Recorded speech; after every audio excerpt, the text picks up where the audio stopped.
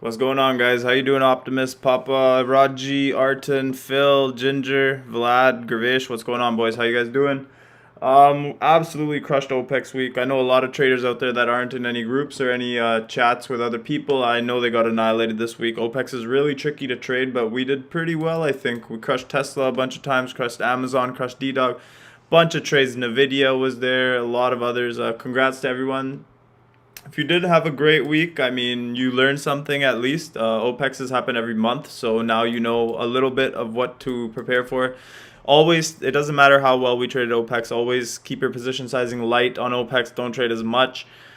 Take A plus setups. What's up, Mo? What's up, Rab? How you guys doing? And let's just get into it. It's a Friday. Let's go. SPY is still super bullish, guys. We had this little dip here. I mean, this is like Goldman Sachs said. Always zoom out to the bigger picture. Yesterday, there's so many worries in the market. Powell might not get nominated. Economies looks like shit. COVID might cause another lockdown. This, that, blah, blah, blah. Yesterday, and it's OPEX week. Yesterday, we had this big dump. I'm sure bears jumped in below this support here as well. So if the bears chased it down here, they try to get a bigger move. They thought, oh, it's the end of the world. This is a big crash. What happens is people don't zoom out. You zoom out to the daily. This is a clear uptrend on the indexes. Look, it doesn't get more uptrend than this, right? So little dips are part of that whole uptrend. What's up, Ricky? How you doing? Little dips on this uptrend are normal. So zoom out. Always zoom out. Intraday, sometimes it looks like, oh, the market's gonna crash, the end of the world, this and that, like this dump right here. This is just normal algo stuff, just cooling off RSIs, trying to scare longs out of their positions. Overall, weekly, daily, monthly, we're in an uptrend. And that's what really matters right now. It's a bullish trend. Everything is bullish on the longer term time frames. Even if we do pull back for a few weeks, it's still going to be bullish. It's just going to form a bull flag. It's very hard to turn bearish at these levels. You just have to wait for the levels to break. And if I was to turn bearish, I would want another close below the 8-day moving average like we had back here. We played the pattern, obviously. That's why I took those puts. We hit them the first time, we hit them the second time, third time, the fourth time they didn't work. So we're still profitable on that trade. But usually when the daily closes below the 8-day, there's a lot more pullback. As you guys see this day, we closed below the 8-day. Second day, third day, then we rebounded back, right? So same thing over here. We closed below the 8-day right here for the first time. 2, 3, 4, 5 days underneath it, right? So that's what I was expecting, a little bit more of a pullback, but we didn't get it. But other than that, we turned around, we crushed Tesla calls, we crushed Amazon calls, we crushed almost everything this week. So congrats again. And right now what I see on SPY is we're still in a bullish trend. Obviously a lot of profit taking from hitting all-time highs today. Now, do we go sideways or do we pull back? We could even rip up on Monday. I mean, if the Fed announces Powell stays in charge, I wouldn't see why the market wouldn't want to make new all-time highs. The one thing about the market that is not looking good to me, even though we're in this huge bull trend, everything is bullish in the indexes, the only thing that I see is a lot of stocks are just going down or sideways. Most of the stocks in the market are going down or sideways. The big boys with the big market caps, which are the big parts of the indexes, like Amazon's, Google's, Apple's, those guys are ripping new all-time highs while other stocks are going down. So that's the only thing. The breadth is pretty bad in the market, but other than that, I mean, everything's bullish on the charts. QQQ, much of the same. We did have a little disconnect like Ricky was talking about. Qs broke all-time highs yesterday and just smashed it. So yesterday's high was 402.27 and the previous high was 400. So yesterday we broke all-time highs on QQQ and we went up more today. SPY, we did not take out all-time highs yesterday. Why? Because financials are so weak. Financials fell out of this range here. Now we closed below the 50-day moving average on financials, which is at 39.08. We closed at 39.01. So basically on financials, if you zoom out on the daily, we'll just find a pattern right now. I haven't looked at it yet. But this teal line here is the 50-day moving average. Let's see it. So it closed below 50-day right here. We had 2 days underneath. Well, this was obviously a big dump on June 17th. So closed below it here, and it took us almost 2 weeks to get back above it. And then we just kind of tagged along with it, dumped more, stayed below it. It took almost, it took July. It took a month and a week to get back above the 50-day. Last time we were under the 50-day on XLF. So keep an eye on XLF. As long as XLF stays under the 50-day or flushes more, it's going to be very hard for SPY to make new all-time highs. Back here, we just tested it, went up. See, whenever we close below the 50-day on financials, it usually takes a long time to get back above it.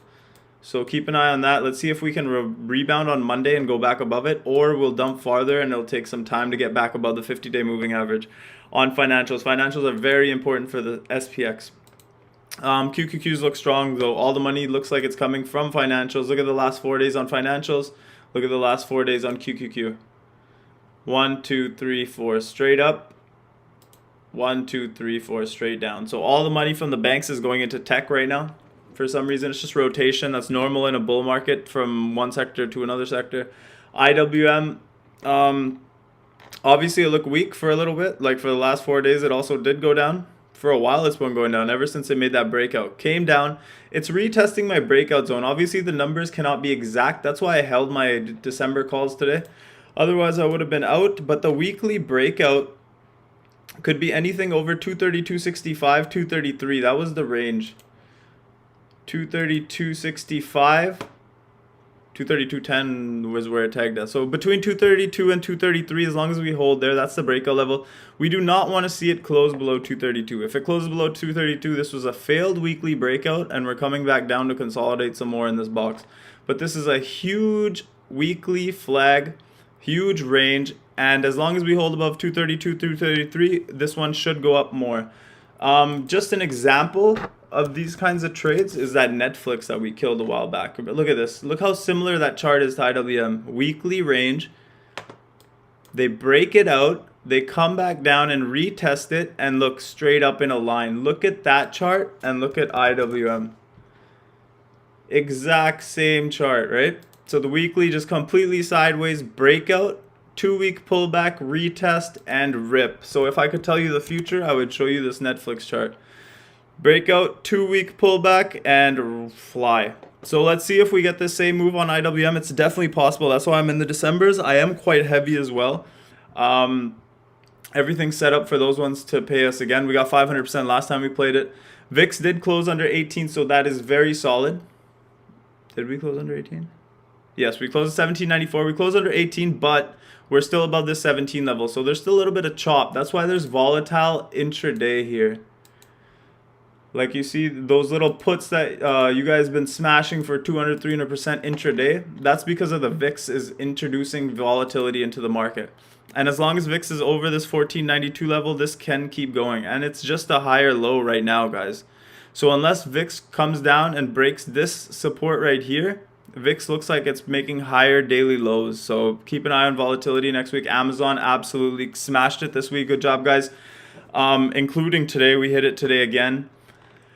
Ricky had like 6 positions on it, so congrats to him. Congrats to everyone that followed his spreads, his farther out calls, his leaps. Everything was up massive. Like just a year-making trade today or this week on Amazon, and it was well deserved. Yesterday we ran 150 points almost. Today we're up again. So from yesterday's lows on Amazon, 35.61. Today we hit 37.62, almost a 200 more than what? 35.60.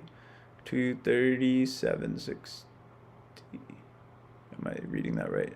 35.60. 200-point move on Amazon in 2 days. That's insane. Good job, guys. Congrats. And for right now on Amazon, the only resistance left is this all-time high. All-time high sits at 37.73. And once we're through that, it's blue skies, so it can go wherever. There's no resistance up there. But right now, it looks like it's a powerful cup. Let's see if it forms a little handle here. So we got a cup formed now from all-time highs. Now we're back here. Do we form a little hand? Oh my God, my mouse.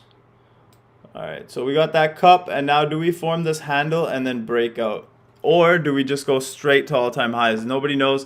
The reason I was so bullish on Amazon as well is because all of FANG, you got, oh my God, I can't even type.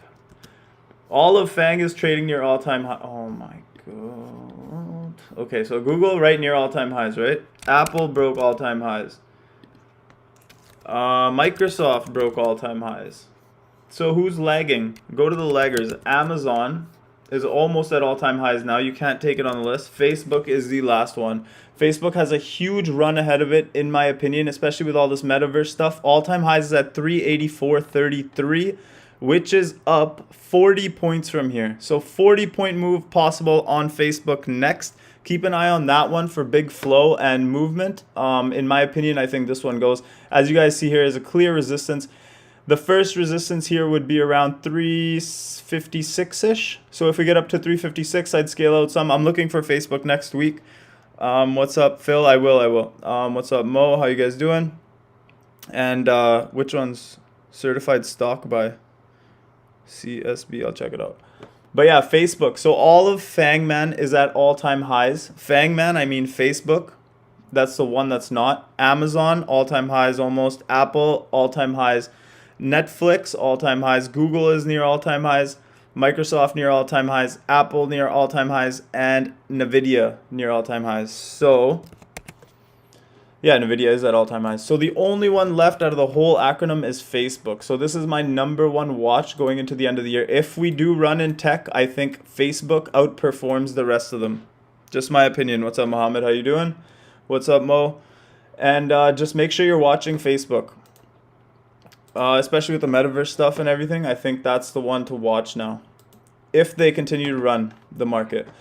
We got Tesla here, beautiful, big move up, right? We made a ton on this move, dumped it back down. We left it alone. We did play puts on the way down as well. So we played calls on this, we played puts on here, and now we're playing calls again. We played calls on Wednesday, made a ton. Played calls today, made a ton, and now we rolled into farther out expiry just in case Elon does decide to split the stock on December 9th. We're holding for that as well. So let's see where Tesla goes from here. Right now, it is a little bit of chop, just like Ricky was saying this morning. The only levels I have on this one are 1150 and then 1200 psychological. So 1150 break and hold, we will go to 1200 most likely. And if he announces anything about that split, or if it starts to pick up steam, that rumor, this one can run again. You guys know how Tesla's a cult stock, it runs. Other than that, we are still long. Let's see what happens. D-Dog, weak action today. I mean, we got the Motley Fool pick. We got all this good news. Beautiful chart. They crushed earnings, gap up, consolidated enough, broke the flag. But the only thing is we closed near the low of the day, which I don't like. But we did close on top of the flag. So this is called a bull flag. Big move up, consolidate that move, and then rip. So we broke it 2 days ago when we entered, pulled back. Motley Fool announced it as a pick. Gapped up. And then they got a price target increase from RBC this morning as well. So we are closing above the breakout level. Let's see if on Monday we can take out today's highs. So now the only numbers that matter on D-Dog are today's highs, 198 break and 200 break, all-time high. So that's all you need to know is 198 and 200 need to break next week early, or else I'm going to get out of those calls quick. MU, great call by Boogie. Obviously chips were hot, NVIDIA's earnings were great. They're saying supply chain issues are lessened. Then AMAT came out and they said their specific company isn't doing so well. If you know AMAT, they make the chips, the material for the chips. So if they're saying it's not good, then it affects a lot. But MU obviously wasn't affected. TSM, I love this one through 125. 125 was the previous resistance on it, I believe. Yeah, so through 125, I think TSM goes on a big run. Just look how long it's been basing. So we made a new all-time high on TSM in February, and we've been basing underneath. I love these basing patterns. It just gives people time to accumulate, gets the sellers out of the way, and then it's just ready to go. So if 125 breaks on TSM, we can see all-time highs this year. 141. So that's a big move on TSM. Let's watch that one as well. NVIDIA all-time high. Great earnings. Beast company. This one's going to $1 trillion. I told you guys this 2 years ago, I think. This is going to be the next $1 trillion company. Well, not the next. I said it is going to be $1 trillion company. And it's getting up there. I think it's around 800 billion now. So it could keep running straight to $1 trillion and then pull back. But let's see what happens. Right now it looks great. All-time highs. No resistances ahead. Blue skies. Let's see what happens next week. If we stay bullish in the markets, this one can continue running. Let's go over Plug Power. So obviously with all this electric vehicle news, Plug, Blink, CHPT, they're all going to go with it. This is actually a really good looking chart. It's kind of the same setup as D-Dog. So what I mean by that is big gap up, they flagged it to consolidate the move, and then they broke it out, right? Wait a second. Sorry, my mouse is tripping out a bit. So we got this big bull move. We got a flag for 4 days to consolidate, rip up, break the flag, come back down, retest, and rip. So this is what I mean by after a breakout, you don't have to chase the breakout, okay? You can wait until it comes back and retests and then rips. And that's my play on IWM. Like you guys seen on IWM and Netflix, it's such a long base breakout and then it comes back and retests and rips. Very nice bull volume today, Turkey, yes. I don't like that it couldn't take out all-time highs, but it just needs more time. So the resistance on this one right now is obviously this line right here, which is 44.50. We closed at 44.55, which is very, very bullish. Bull volume is very bullish, so this one is a good watch for next week. I would definitely keep an eye on this one. If it's already through the resistance, so up here is just profit taking and wicks. So CHPT has, oh, there's a lot here. Okay, never mind. I thought that was all-time high. Next level for CHPT, I would say 48.35-ish. If it gets through 48, obviously $50 psychological, and then 54 is the next level. So if it holds above 44.55 or 44.50, hold above 44.50, and this one should see 48s and then 50s. So let's see on CHPT. Right now it looks like a strong uptrend, and it does look like we reversed out of the downtrend completely. Other than that, I can try that CSB. I don't know if it'll show up.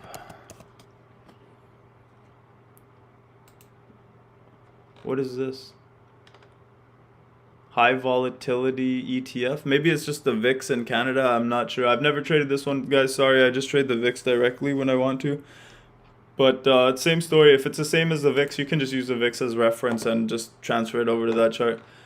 But yeah, VIX is just compressing down here for a big move. Again, you guys, I am bullish. Everything looks bullish. Everything looks great. But breadth in the market is terrible. The big stocks are carrying this market up. If those turn over, then the market turns over. Just like I've been telling you, if Amazon, Apple start turning in the intraday, the market's going to turn around too. So watch this VIX. If this is a higher low, we will go up and we'll take out this 1990 level, which is the 1950 and 1990 is the next resistance on VIX. If we get over that, that means this is a higher high, and that means the trend is changing in favor of the VIX. So keep an eye on that. Don't get too bullish, don't get too bearish, and I will see you guys on Monday. Thank you guys for attending. Congrats on OPEX.